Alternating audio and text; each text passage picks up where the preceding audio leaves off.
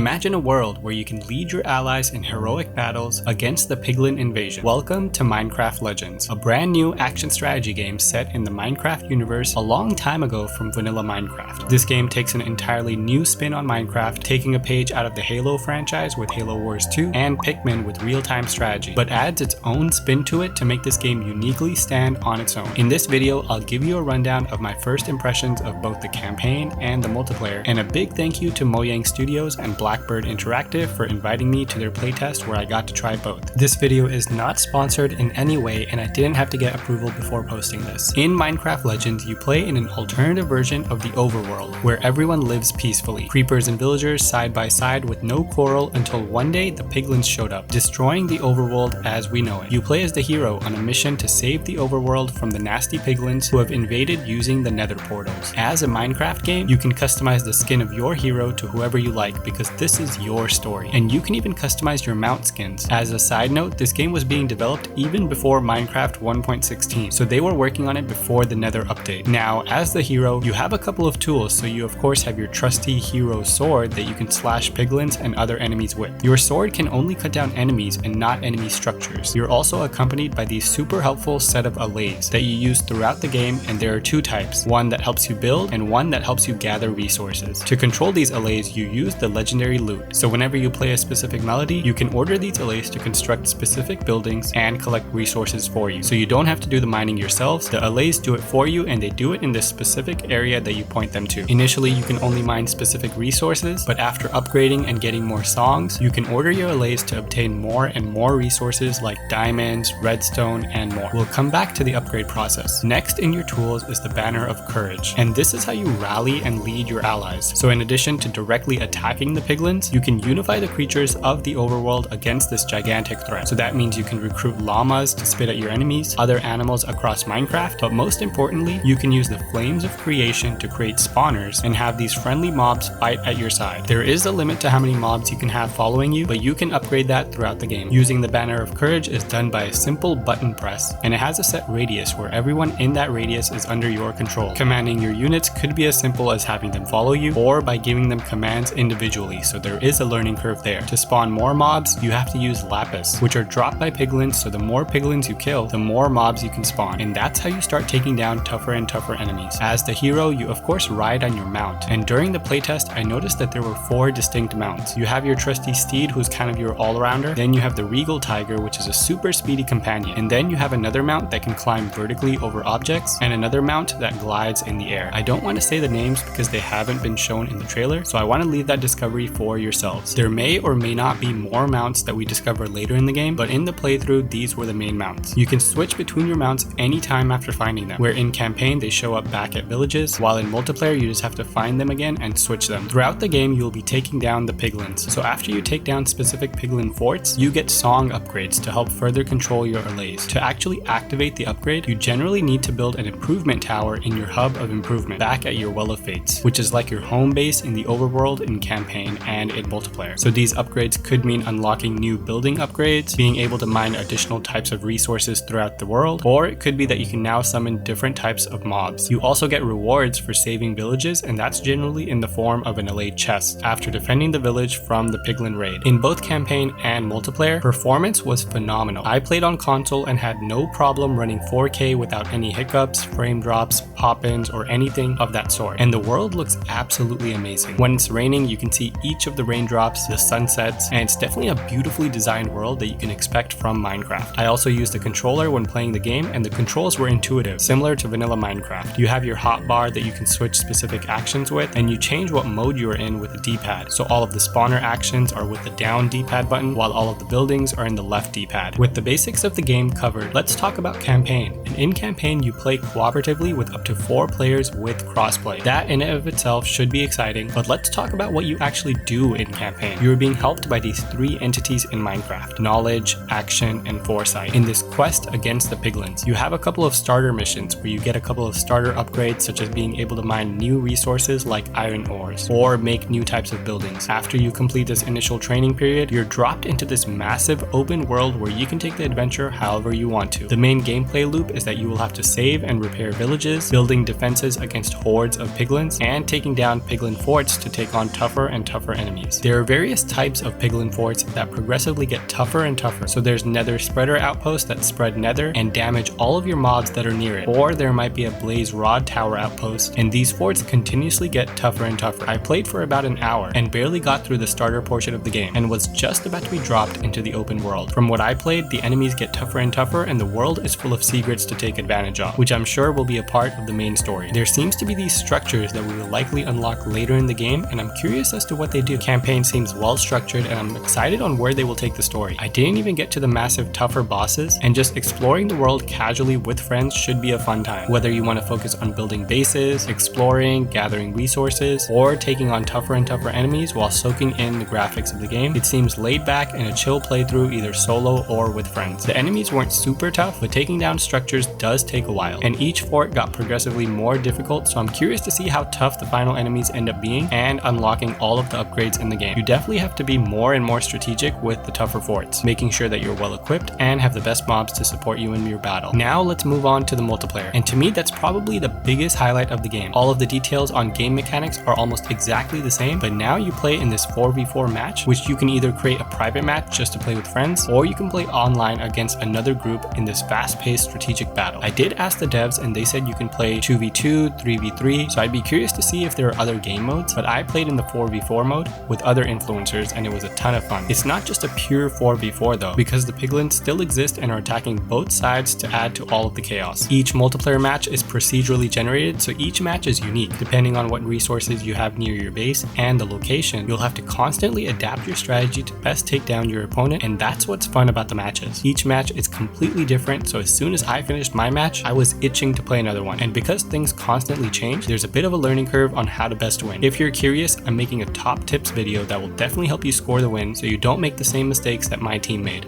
Similar to campaign, how you really win in the multiplayer match is by getting upgrades, which you get by defeating piglin forts. You can unlock better buildings or harvesting different resources, but you have to make sure to build the upgrade towers in your base, and also make sure to defend everything in your base from both the enemy and the piglins. It becomes this tough balancing act because you want to gather resources around the world, fight the piglins, but also want to take down the opponent. It becomes really fast paced and intense since the fight could change in the blink of an eye, where your opponent unlocks redstone and builds a redstone cannon, so now you have to make sure to take that down, or there's a golem that comes your way. The average match time seems to be around 20 to 30 minutes. With all that's been said, my initial impressions of the game for both campaign and multiplayer have been overall really positive. You can tell that the devs put time into it to make a game that stands on its own legs. If you're looking for a casual game to play with your friends, or if you like strategy games, then I'd recommend the campaign for this game. Even if campaign doesn't seem all that appealing, the multiplayer is incredibly fun, and I can imagine this being a really fun game to play. There's a lot to juggle, and the matches do get intense, but it's all manageable and learnable, and that's what I liked from the game. If you have Game Pass, then this is a no-brainer to check out, and that's how I will be playing this game. But this game is coming to all consoles on April 18th, and it has crossplay, so definitely check it out if this seems interesting. This game is priced at $40, which is actually a bargain price compared to other games these days. I only played the game for 2 hours, so there's a lot that I didn't get to explore, so here's some things that I was eager to explore. One is unlocking all of the additional secrets and abilities in the game. I really want to see what endgame looks like and how difficult this game gets. Then there's the content roadmap, and I did ask the devs about it, and they said they do have a content roadmap for this game, so that's exciting to hear. Just like other games, I'm sure you'll be able to customize your skins and the skins for your mounts from the in-game store. But what would be really cool is seasonal events, or I'm imagining like a really tough raid type event that you could do with your friends. One thing that came to mind was if they allowed some sort of creative mode where you can create your own map and do various challenges. That would be awesome as well, because that's what Minecraft is known for. Or saving seeds, since everything is procedurally generated with a custom world where you can speed run through it. In the main menu, I did see a Lost Legends and I game mode, and I'm not sure what that is, but another addition to the game could be a horde or zombie mode where you have to build up your defenses against hordes of piglins cooperatively with your friends. Thanks a ton for watching, and based on what I showed, does this game seem interesting to you, and are you excited for this? What ideas do you think would be cool in this game? I read every single comment, so definitely let me know, and if you have any questions about the game, I'll try answering them to the best of my ability.